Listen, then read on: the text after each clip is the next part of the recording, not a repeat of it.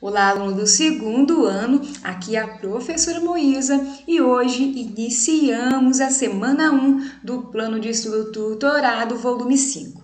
Coloque a data de realização das atividades e também destaque o eixo temático, que é a literatura brasileira e outras manifestações culturais. Atividades. Olá, galera! Chegou mais uma etapa de estudo. Vamos juntos? Sabemos que a leitura é de fundamental importância para o desenvolvimento das pessoas, para a nossa formação social e também para o lazer. Nesse pacote, os mais variados aspectos, que vão desde a linguagem, passando pela sensibilidade, pela emoção, até a criticidade e o exercício da reflexão, que são fundamentais para as diferentes aprendizagens.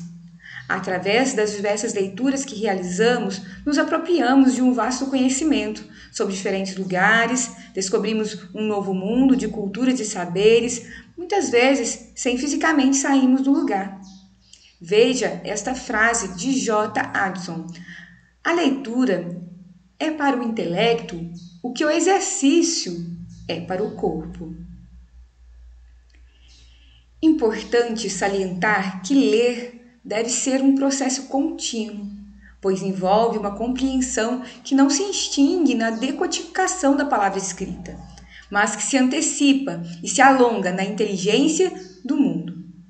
Para Orlandi, 2003, a produção do sentido está no modo como a leitura se relaciona entre o dito e o compreendido. O ato de ler implica, segundo Freire, 1989, na percepção crítica, na interpretação, na reescrita e na reelaboração do que lemos. Atividade 1. Leia esta frase de Cora Coralina e reflita sobre ela. Depois, produza você também uma frase sobre a importância do conhecimento, da leitura ou da escola para você.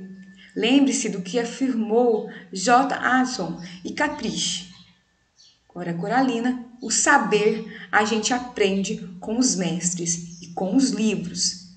A sabedoria se aprende e é com a vida e com os humildes. Dessa forma, é importante também pensarmos na literatura de forma geral para respondermos essa questão. Eu vou trazer para você um vídeo de Mário Sérgio Cortella, que é um educador e um filósofo, e ele vai abordar a importância da literatura e você pode aí também abordar a importância da leitura, da educação de forma geral, porque ele abrange todas essas questões pertinentes. Ela que estilhaça o tempo fechado, isto é, o tempo que é recluso no instante, no momento. A literatura nos coloca em outros lugares, em outros tempos, em outras eras, em outras pessoas. Nós vivemos na literatura aquilo que é a multiplicidade da vida. Por exemplo, todo ser humano sempre foi contemporâneo. Ninguém na história viveu fora da era contemporânea, cada um na sua. Mas o livro nos aproxima das outras contemporaneidades, nos coloca nos outros momentos em que outras pessoas estiveram e, ao mesmo tempo, a literatura nos traz para o agora, porque ela também lida com o nosso cotidiano. Então ela nos aproxima do aqui e agora e nos aproxima da história. Permite que a gente fantasie, que a gente medite, muitas vezes tenha a emoção, em outros momentos a meditação, a reflexão. Em várias situações a literatura faz com que nós abstraiamos tudo que está à nossa volta e ela nos retira do espaço-tempo.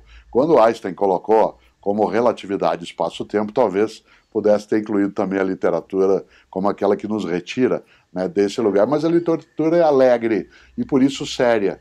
Seriedade não é sinônimo de tristeza. O contrário de seriedade não é alegria.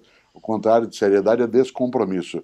E nós temos que ser alegres e sérios, como Einstein, que nos mostrava a língua para poder lidar melhor com aquilo que é o encantamento. E às vezes a literatura nos mostra a língua, em outros momentos ela franze o senho, em outros tempos ela baixa a cabeça, mas ela não nos deixa, e nem deve, não nos deixa indiferentes. Dentro dessa continuidade, um vídeo que traz uma campanha de incentivo à leitura também pode lhe ajudar.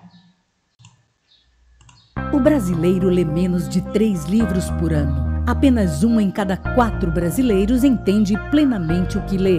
Vamos virar esta página. A leitura abre sua visão para um mundo novo, novas ideias e possibilidades que só o conhecimento nos dá. Ler não precisa ser um ato solitário. Faça da leitura um ato solidário. Compartilhe livros, transforme o mundo.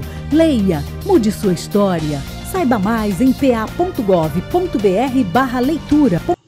Voltando aqui no material, né, vem falando sobre a literatura que nós já iniciamos a partir aí do vídeo.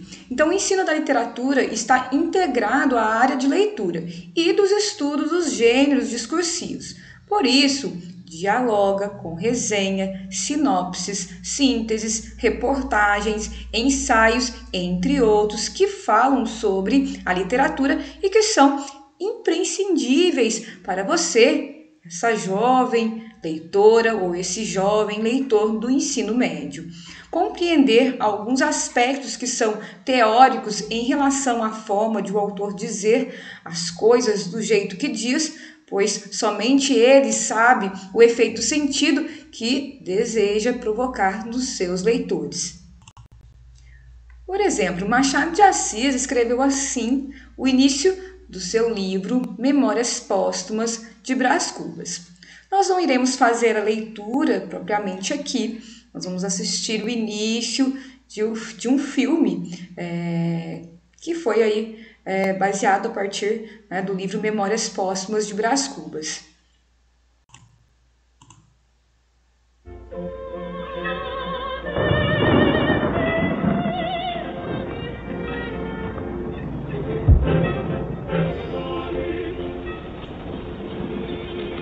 Por algum tempo fiquei em dúvida se deveria começar estas memórias pelo princípio ou pelo fim. Isto é, se eu contaria antes o meu nascimento ou a minha morte.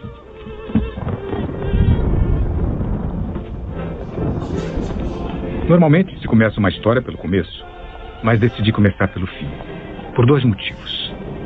O primeiro é que, como eu ressuscitei para ser o autor destas memórias, eu não sou um autor defunto, mas um defunto autor. A sepultura para mim foi outro berço.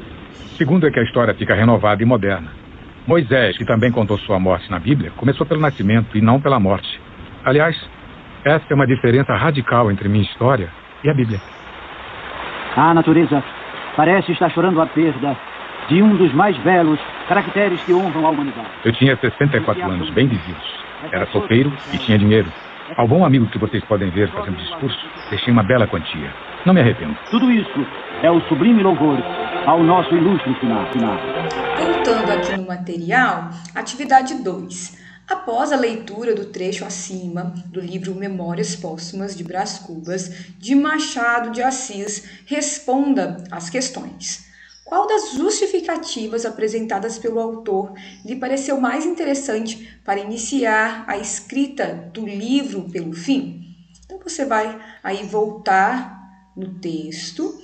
Com certeza você observou que ele tem uma primeira justificativa e depois ele vai aí descrevendo uma segunda justificativa. Então você pode trazer esse trecho, tá? No caso você pode escolher, né, um deles, né? A primeira justificativa ou a segunda, coloque aspas e justificar o porquê. Qual o motivo de Moisés fazer parte desse início da escrita do livro Memórias Póstumas de Brás Cubas de Machado de Assis?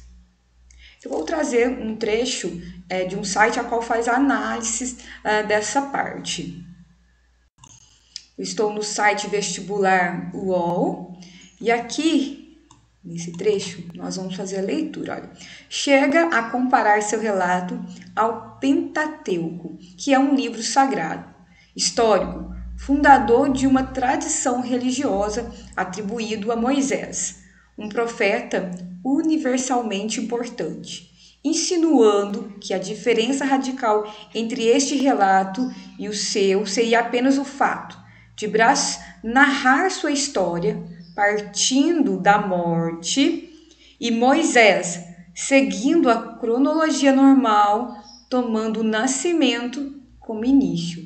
Logicamente, apenas um grande presunçoso não perceberia a diferença entre as duas narrativas, o grau de importância de cada uma, que nos revela o grande presunçoso que ainda vive no defunto autor Brás Cubas.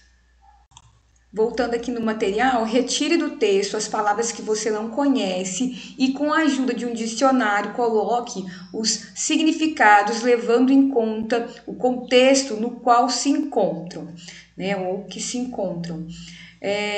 Nesse caso aqui, eu já fiz as marcações, não é? Mas se você achar aí pertinente outras palavras ou quiser tirar alguma, você pode. Então, eu marquei excitei, vulgar, campa, galante, introito e cabo.